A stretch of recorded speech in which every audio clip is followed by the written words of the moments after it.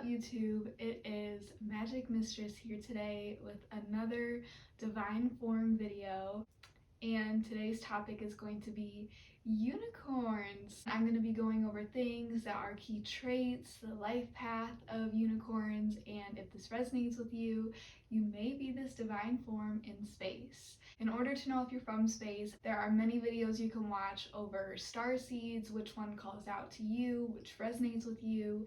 If you do think you're a star seed, then you may have a divine form in space, and this means that your soul and your body in space are one thing.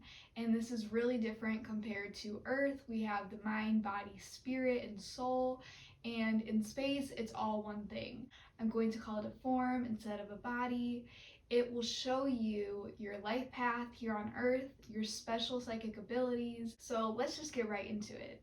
Unicorns are a more rare divine form on Earth and up in space, and the key aspects of unicorns are that they usually have two different distinct personalities or people living inside of them. And this is because their genuine spirit is very youthful, they can be rebellious, they don't like to follow conventional norms, but in order to fit in society and to get things that they want, they have to recreate a new personality that is in alignment with their desires, yet they still have that complete opposite inside of them that just wants to be free, be kindred, rebellious, and these people are able to have two distinct double lives going on within them. Sometimes they're not aware of this, so they can also go through many periods of being lost. They may have a lot of siblings, they may be the middle child, their parents may not give them that much attention, but they get lots of gifts. So a lot of emphasis is placed on the body and not the inner world, and this is what creates the disconnect between them, creating the two different people living inside of them. And usually they go through a crisis when they are finally set free. And if you think about it in a metaphor or visual sense, it's like that long stick on their head used for direction is gone and they don't know where to go. And this means they have to recreate that stick all on their own. When they get their success, then they can be themselves again. And it's like this whole different person that they have not seen and other people have not seen in a really long time. So they don't really care about the materialistic sense of things, of having them, but more of creating them. They want to have successful lives, so they are able to create things that can be expansive, they can grow. So a lot of these people can be artists. They love to play outside, they love to get engaged with sports or active lifestyles.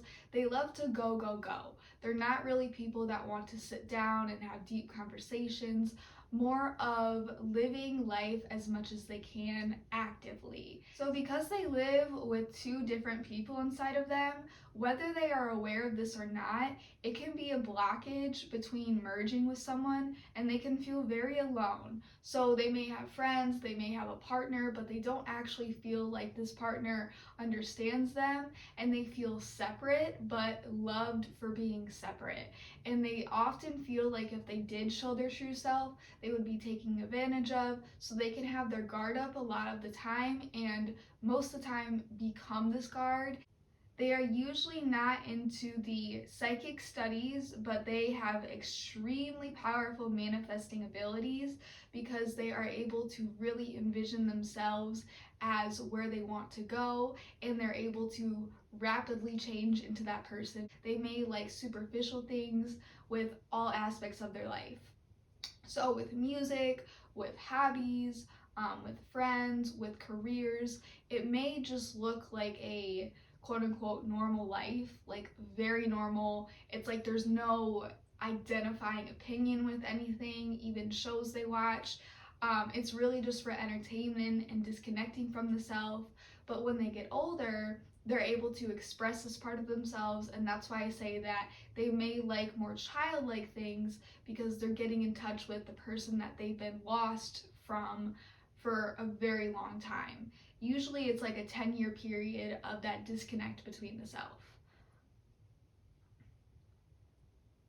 So they don't know themselves very well, but they know their vision extremely well. They want to live an independent, self-sufficient lifestyle. They really strive to have their own life away from everyone. This can even mean their family. A lot of these people want to be free, they want to be alone. Their family has not been the most supportive of them.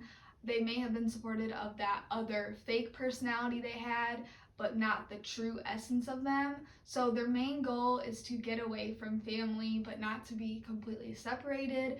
So they're more distant, but they're not distant to the point of causing an issue. They may just be the type that only wants to see their family at Christmas or holidays like that, but they don't want to be sucked into something that's going to restrict that inner child. Usually in the older years of their life, they really just want to live harmoniously as possible. They're not really into drama or anything like that.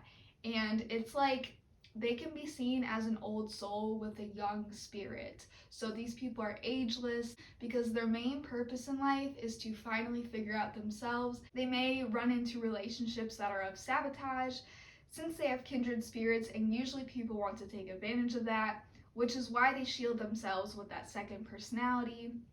Their purpose is to care for others ethically, and this pure love is very rare. They are meant to reach large groups of people to give out this love. They may go into careers where you can help multiple different people every single day. They want to be helping people, easygoing. They can get along with anyone they talk to. So they're always just like around other people, but they can't exactly find their group unless they find their actual group. And unicorns, they are the most rare divine form up in space and on Earth. But once they find people that are like minded to them, they are able to actually be themselves. And if they can't find that group, this is why they usually end up living more independent lifestyles. So, how can you spot a unicorn physically? They have very, very distinct features, and I think that they all look really similar.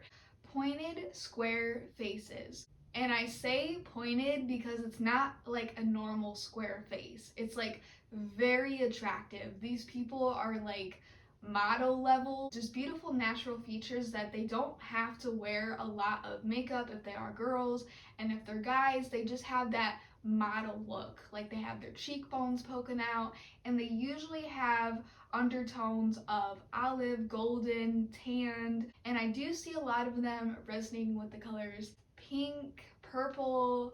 They love blush, they love everything girly. They really just like anything having to do with creativity, fashion, makeup, all that. That's all creativity. So they're usually really into that. And if they aren't into that, they're into sports because this is channeling that creative energy that they can't express. I'm hearing that their teeth are distinct in each person because that's really the one thing that separates them from other unicorns. They really do all look the same. It's honestly amazing to me. And they are really tall, but they have wider hips. So they have the hourglass going on there. They also have superfluous hair, which means that they can have hair that grows in places it's not supposed to grow in. And they can also have two different voices. I will see you in future videos.